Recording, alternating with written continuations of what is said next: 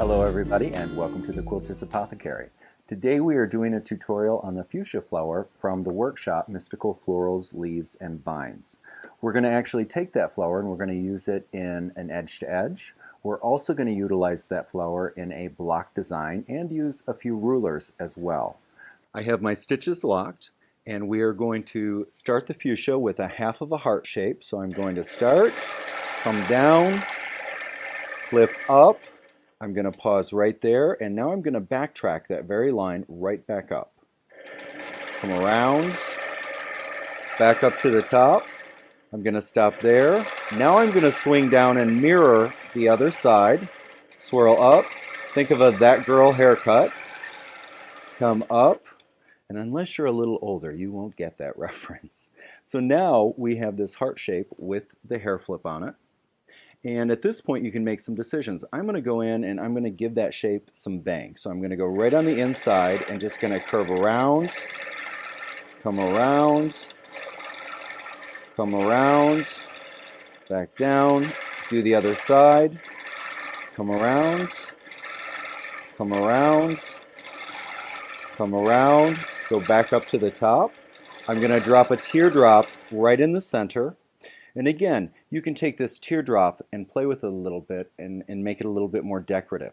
Now I'm going to put some petals on each side of that top teardrop. So I'm going to come up, do a curve under, back, give it a vein, up, curve under, come down, give it a vein, up, curve under, back, give it a vein, curve under, swing in, give it a vein, and then it's up to you. You can put whatever shape petal you want down there. And again, this is just one option for the petal shapes as we see me do the other side. So I'm going to come right back around, and then I'm going to start down that other side, come over, up, curve under, back, over, up, curve under, back, over, up, curve under, back, over, up, under, back, drop in a rounded, curve under. So now I have the top portion done. And now what I'm going to do is I'm going to come down and I'm going to echo this portion. I'm going to drop in a little bit of a stamen, come around, and then head back up. So we're going to start here, echo, down, drop in a little flame shape, come around, head in, stop the machine, and now we have our basic fuchsia shape. Now as we take this fuchsia and travel, if you choose to utilize the method that you actually do your edge to edge at the same time as you do your flowers, and we'll talk a little bit about that shortly. You can start with any type of filler work, and again right now I am utilizing the vine work, and then at any point during that you can come off with the vine and then start another fuchsia, flip up, come back, give it some bangs, do your other side, flip up, backtrack back, give it some bangs, curve around, come back, and ignore your vine and go in,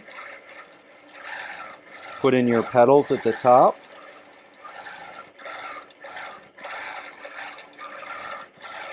cross over to the other side, petal, petal. I'm going to echo down to the bottom, put in my little stamen, come around and echo up. And again, this is one way you can travel with this design as an edge to edge. The traditional method that we've always utilized for edge to edge or all overs, whichever way you want to refer to them, has always been you always work your edge to edge from the left to right and you never cut thread. Well, now remember, that's a rule that we really don't have to live by. You can take a space that you're going to be doing your edge to edge work in, i.e. the whole throat space of a quilt, and you can drop in motifs such as this particular fuchsia or any of the designs from any book, actually, whether it be the Mystical Florals, Leaves, and Vines, whether it be Mystical Feathers, or Mystical Shapes, or any of the books where we have particular motifs in them.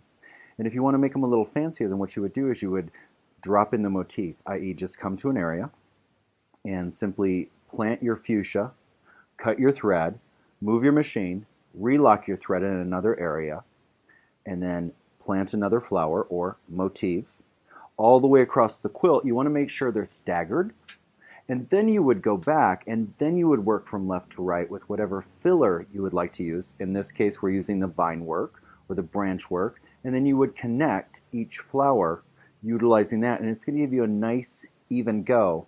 And specifically, this works very well for people that are very nervous about working around the vine with motifs. That's why a lot of people tend to work with very simple motifs when they're working in their edge-to-edge work. Okay, so now let's take that fuchsia and let's utilize it in a block. And we're actually going to jack that block up just a little bit and take it from a simple custom into a more mid-level to high-level custom block. We're now going to take this fuchsia and we're going to put it in a block design, and we're going to go a little bit more high-end custom with this. Now my block that I have sewn out is right here. So we have a nice large square. Now what I decided to do to make it a little more custom is I actually then put another square inside of that square. So I measured, located the center of each line on the square, and then very simply I put another square inside of that square.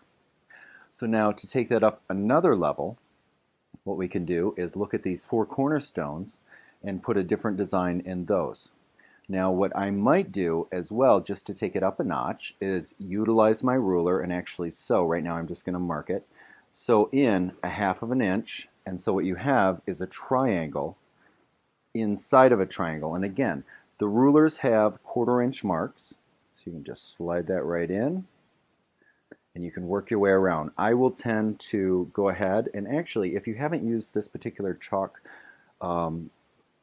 pen, one thing I do want to remind people is with this, when you get down and you want to go ahead and reload it, what you do is you just push down on this button and the chalk slides out, and then you can slide it right in there, and that's also how you would refill that. So now I'm going to slide that over, put another mark here, and I'm pushing pretty hard. Now I'm marking right now, which means because I'm pushing hard, instead of just wiping this away with my fingers when I'm done, what I might have to do is take a paper towel or a piece of cotton or something like that and go in, put a little water on it and squeeze it out real tight and then just wipe it away. And I've never had problems with this particular marking tool. It's one of my favorite.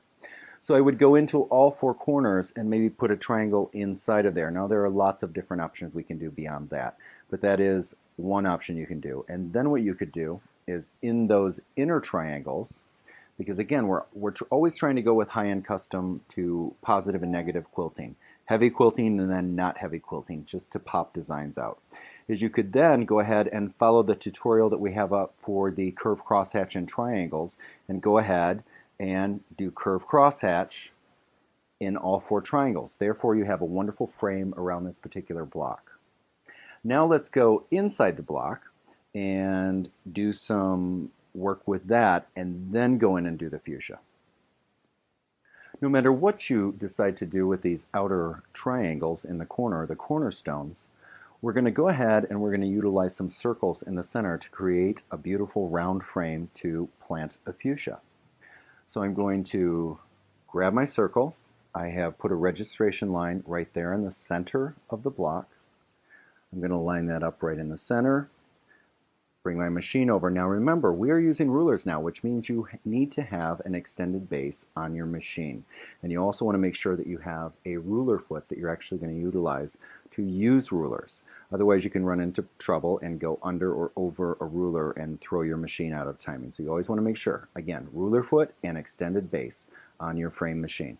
So I'm going to come over, going to line that up, make sure that it lines up on that registration line right in the center. I'm going to go ahead, lock my stitches, and usually what I will do in a normal case is take 5 teeny tiny stitches forward and 5 stitches back. I don't bury threads unless it's a show quilt, and you get good enough at it eventually that your tie-ons and your tie-offs are actually invisible. So now what I'm going to do is we have that right up against there. I have my stitches locked. I'm going to hold my ruler. I'm going to go around to create that inner frame. Come around, come around, and the handle keeps my round ruler from sliding. Come around, and net up. I'm going to lock my stitches right there, and then I'm going to grab another circle.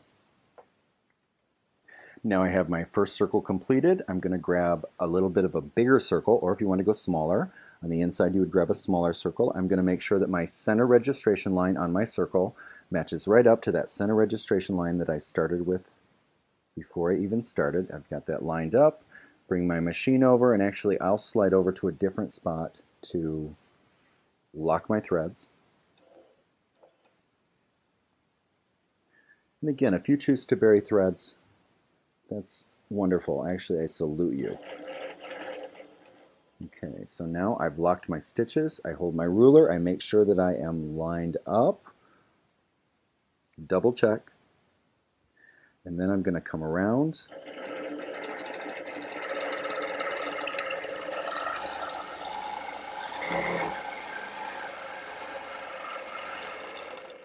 Pause. Come around. And you should line up exactly where you started. Move my machine away, and then we have a wonderful round frame to put our flower design in.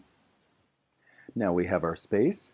I have locked my thread. I went a little bit higher than middle because of course our fuchsia flower is, we want it centered as much as we can do it. Of course we are human, so it might not be perfect, but it will look amazing. I'm going to start up a little bit higher than the center. I'm going to go ahead, start with my first half, come down, backtrack back up, come down the other side, flip up, come back up, throw my bangs in, come around, flip to the other side, come around, go back up to the top. I'm going to start with my center teardrop, put my vein, vein, vein, vein, petal, vein. Then I'm going to cross over to the other side. Now if I want to throw something in that top teardrop, you could throw something in the top teardrop, come around, vein, vein, back, petal, vein.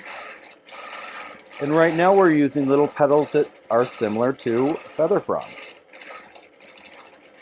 Little guy, I'm going to come around, echo, come down to the bottom, throw in a stamen, come around, go into the top.